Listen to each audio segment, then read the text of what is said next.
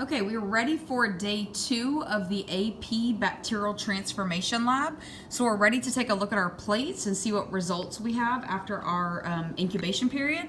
So I did want to make sure that you guys on the other end listening to me that you made a few corrections on your data table. I ended up having 2 plasmids on this one and we had enough materials, so we had to revise the data table a little bit. So I want you guys to look. We started off with the first Petri dish, had luria broth, and the negative means no plasmid added, there's no antibiotic, etc. Okay, so that plate obviously is our control of all controls, right? So hopefully you put on here that you expected to see some bacterial growth. And then now we're going to look at what do we have after we let that plate go for our 48 hours. So here's the first plate. Okay, I'm going to give you a look at that one. The LB, like I said, is luria broth. That's what's in the agar. Okay, there is no antibiotic in this, and the negatives mean there was no plasmid added. So this is the ultimate control. So do you guys see all of this white stuff? That is complete what we call lawn growth. Lawn, like your front lawn, it's all bacteria that have grown. They've covered it so much so you can't really see any individual colonies. So what we record for that one, I'm gonna help you guys record this, number of colonies, we're just gonna put lawn. Okay, and then for description, I'm going to open this up to let you guys kind of look. You can note the color. Okay, I'll kind of zoom in a little bit. You can note color. I can tell you the smell is pretty nasty, but look, you can see that up close a little bit. Just record a couple of observations that you guys can see from that. Whoo, that smell. Okay, so now let's look at our second plate. So I want you guys to look at what we have here. We have luria broth in the agar. Okay, there's still no antibiotic, but look what we did. We went ahead and added the plasmid, which is the plasmid for ampicillin resistance, and it's dual coded. It also codes for glowing in the dark. So I want you to remember there's really no need for these bacteria to uptake this plasmid. So hopefully you expected bacterial growth, right? Bacterial growth. The antibiotic was not going to kill them, so the bacteria should have been perfectly fine to grow, but didn't necessarily need to uptake the plasmid. They should have been fine no matter what. So let's look at this dish. Okay, this is what this one looks like. So you can see right here, it's luria broth. Okay, no antibiotics, but there is the plasmid that's coding for antibiotic resistance and the ability to grow in the dark. But like I said, there's no need to uptake the plasmid, but this is going to serve as a control for the one that has antibiotics in the plate. Okay, so you can see once again, look at that lawn growth all the way across. So we're going to record on this one, lawn, and then I'll open the dish so you can make some observations as well.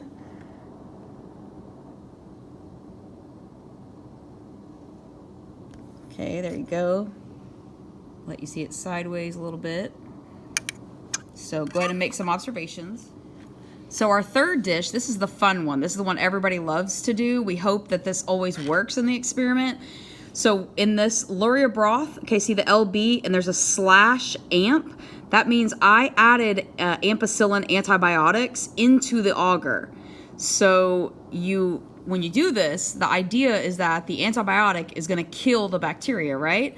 But look what we did to this one. We also put the plasmid that codes for ampicillin resistance and the ability to glow in the dark. We put the plasmid in that one.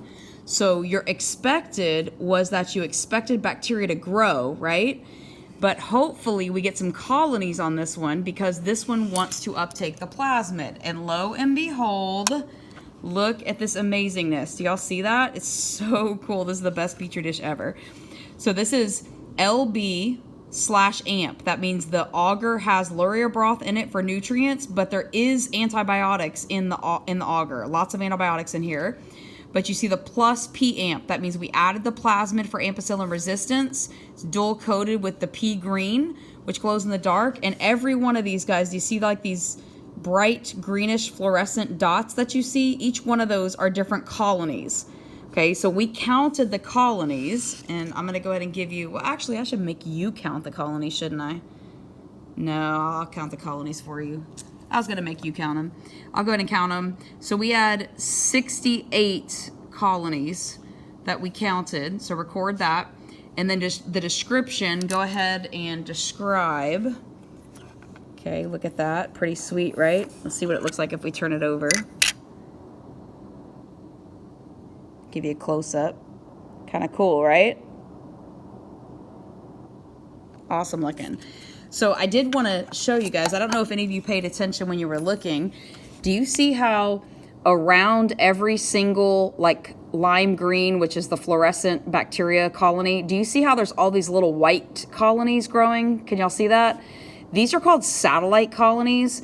Anytime you have like a plasmid that codes for the resistance to an antibiotic, what you have is as the bacteria right here in the center, as they start to like multiply and form this colony, they possess an enzyme, because what that plasmid does for them, it gives them the ability to break down the antibiotic. They have an enzyme, it's like penicillinase. So as they're breaking down the antibiotic, look at my pen, in this vicinity, it now renders the antibiotic ineffective. So any other bacteria that may have been in the tube that weren't necessarily, they didn't uptake the gene for glowing in the dark, but they still survived, they now grow in the area around the colony because there's no antibiotic in that little area directly around the colony. So those are called satellite colonies. So as the glow in the dark colonies increase in number, okay, because like right here, look, glow in the dark, glow in the dark, glow in the dark, this is pea green colony.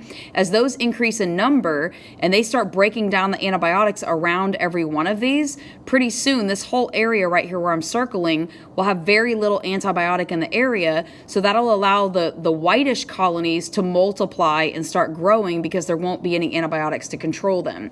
So you can see that's happening all over the whole dish. It's really cool. Okay, so that's my favorite Petri dish ever. So we can compare that one to this dish. Both of these dishes had ampicillin antibiotic in the agar. The difference is this dish did not have a plasmid. So you can see that this worked really, really well, that if we don't put the plasmid in the bacteria, the antibiotic kills all the bacteria. But over here, the plasmid, you can see how many bacteria uptook that were able to uptake that plasmid and multiply through binary fission. So that one it worked perfectly. So right here, this was the LB, Laurier broth with ampicillin, no plasmid. Hopefully you put that you expected no bacteria to grow, and in fact, it was true. There were 0 colonies, 0 growth in that one. Okay, so now we want to look at the last one. So the company sent us a second plasmid called Cannamyosin, and so I thought it would be fun to try a second plasmid. Turns out this did not work out so well, but that's okay because that's what science is about, right? So we started with this first dish right here. This is the Laurier broth, and we went ahead and added the plasmid. But remember, the plasmid doesn't matter on this one because there is no antibiotics in this dish. So we expected growth because there's no antibiotic on this. So let's see if that's in fact what we have. We do. Okay, here's the LB Laurier broth, no antibiotics, but we went ahead and put the plasmid in. We do have growth. You guys can see that. If I zoom in, record your descriptions. Look at that nice, like that's a huge like growth right there, a lot of bacteria. So we did get growth on this one. So we're just gonna put lawn again, okay, for that one. Let me cover that up, it does smell. And then our last two, okay, the next one is LB, Laurier broth, with, oh, that should say, yeah, with Cannamyosin antibiotic. I was like, wait, yeah, that's Laurier broth with the antibiotic added. Okay, but we put the plasmid in this one. This is the one that should have grown like the one over here that we did with ampicillin and the dual coated with the pea green. The problem is something happened with the plasmid, and I think it's the company because I contacted people at the sister school that we go to high school, our sister high school, and they also didn't have any growth, so I was kind of disappointed.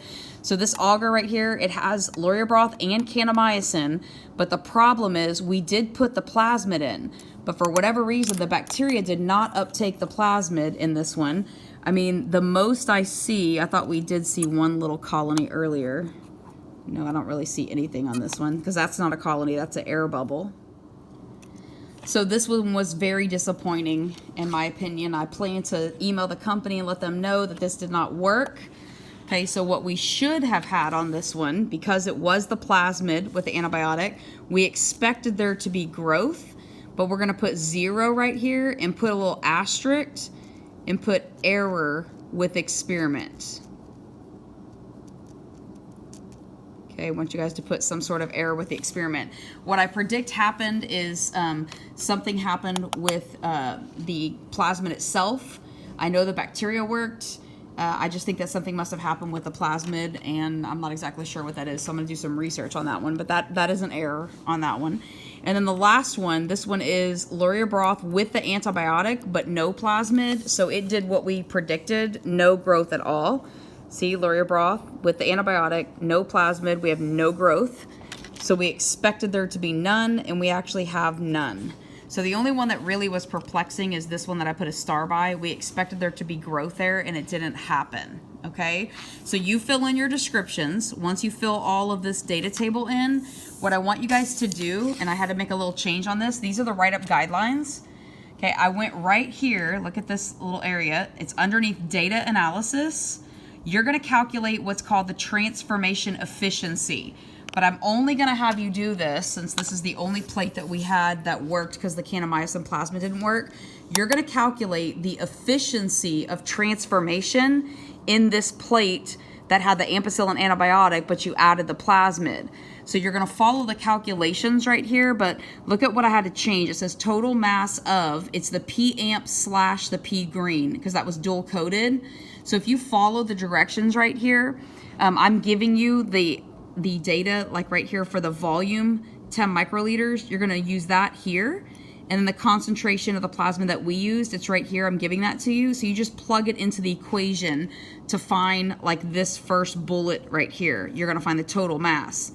Then when you do the next part right here, the total volume, this is what was in your transformation tube. So I'm gonna put right here, added to the transformation tube.